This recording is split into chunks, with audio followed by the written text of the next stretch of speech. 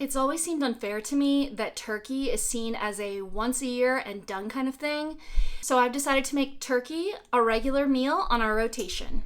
Making a turkey breast can help you with meal prep if you want to have enough turkey meat to make sandwiches for the week. It can also help if you want to make, say, a casserole one day, a soup the next day. You have all of this cooked meat to use without having to worry about cooking a protein or thawing it out. I prefer to use bone-in turkey breast because the bone is kind of your insurance policy. The bone acts as a natural heat buffer so that it's not going to get cooked too quickly. If you're cooking a breast that doesn't have the bone, it's so much easier to dry it out. But if you have the bone, it takes longer for that to heat up, so it just gives you a little more leeway when you're cooking, and you don't have to worry so much about if you're going to overcook it. So that's my preference. You may notice on the turkey packaging, it says that it's got a brine solution of 2%, something. Just ignore that. It's kind of like when you have canned vegetables, they put salt in it, but it doesn't taste like salt.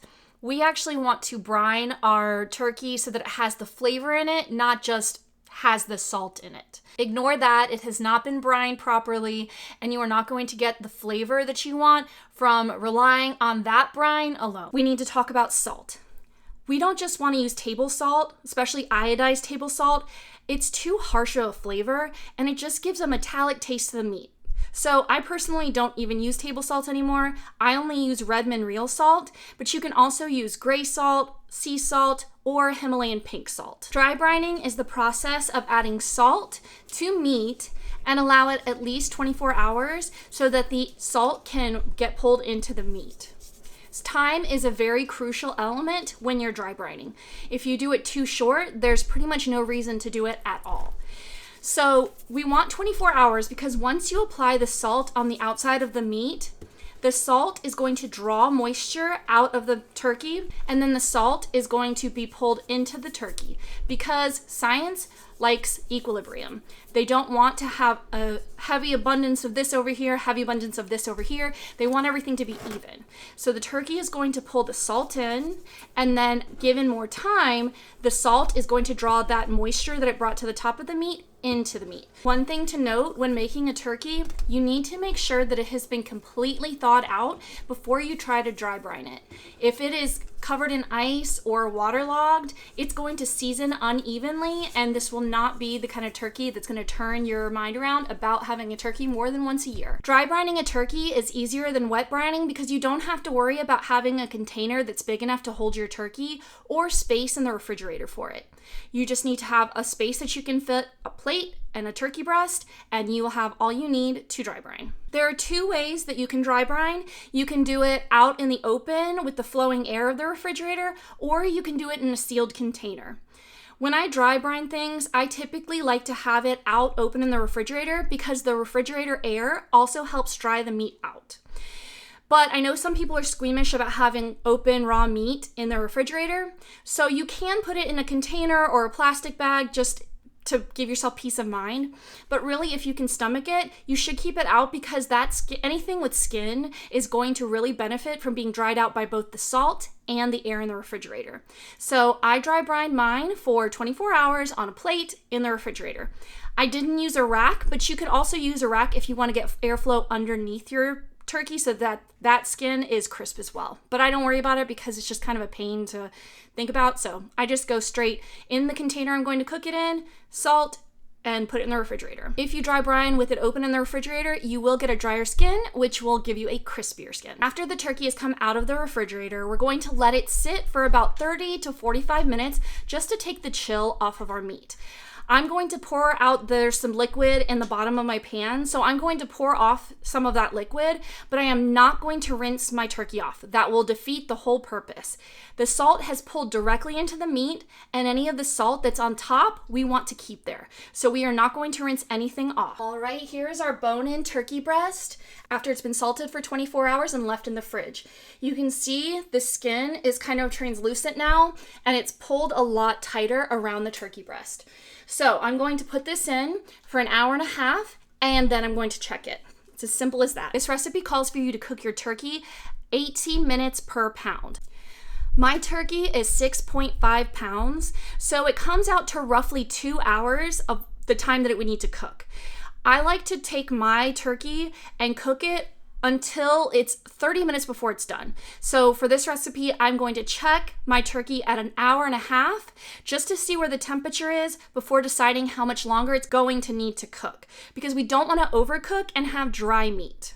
I also make this with larger turkeys, and you'll do the same thing. Multiply the weight times 18, see what the total time should be. Once you find the total time, subtract 30 minutes from that, and that's when you should start temp checking with an internal thermometer. Poultry is safe at 165 degrees Fahrenheit, but we don't want to cook this too much and have it become dry.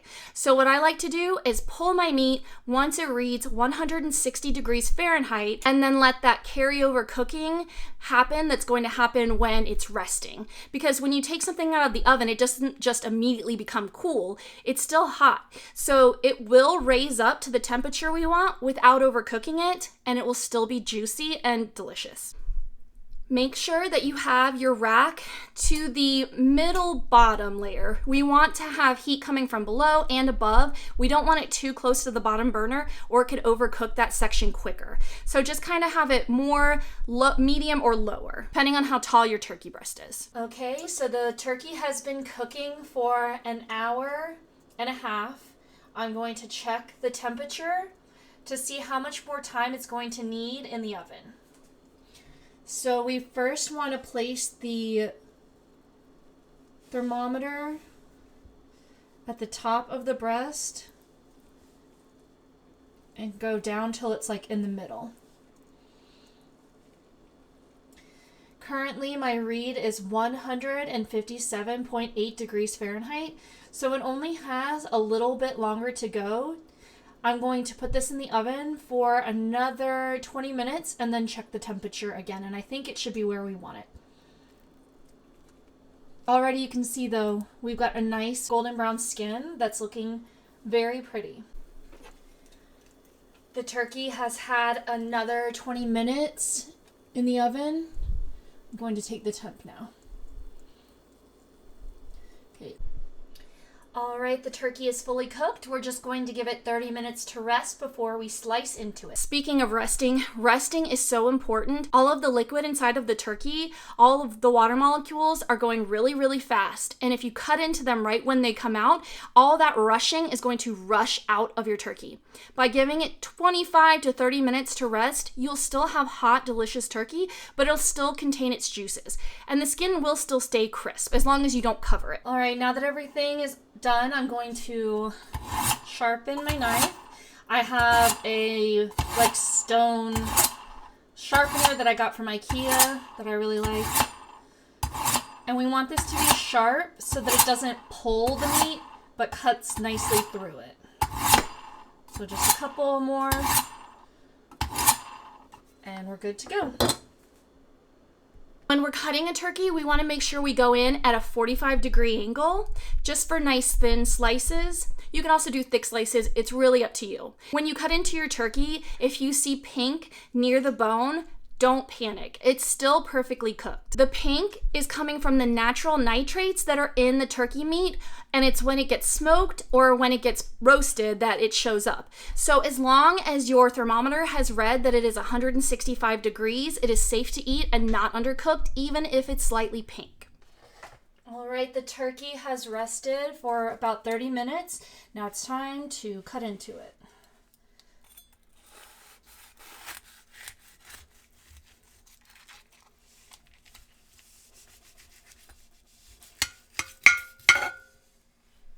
You can see that juicy meat.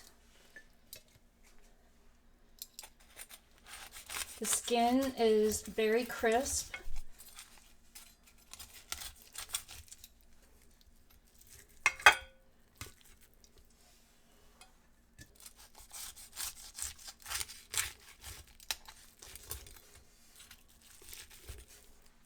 All right, it's time for the moment of truth.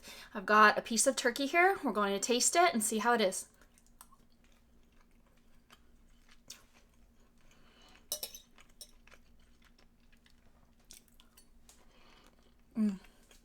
This is why I dry brine. This is so tender, juicy, and salty. It's so good. It's such a simple thing to do, but it really does change the outcome so much. This might be something that you end up wanting to have way more often than on Thanksgiving. But one thing I will say is once you're done making your turkey, save your turkey carcass because you can make an amazing turkey stock with it.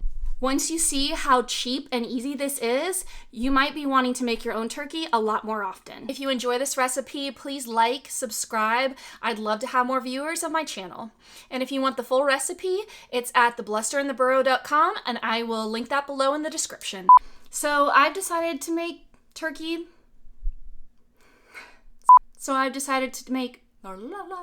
Making a turkey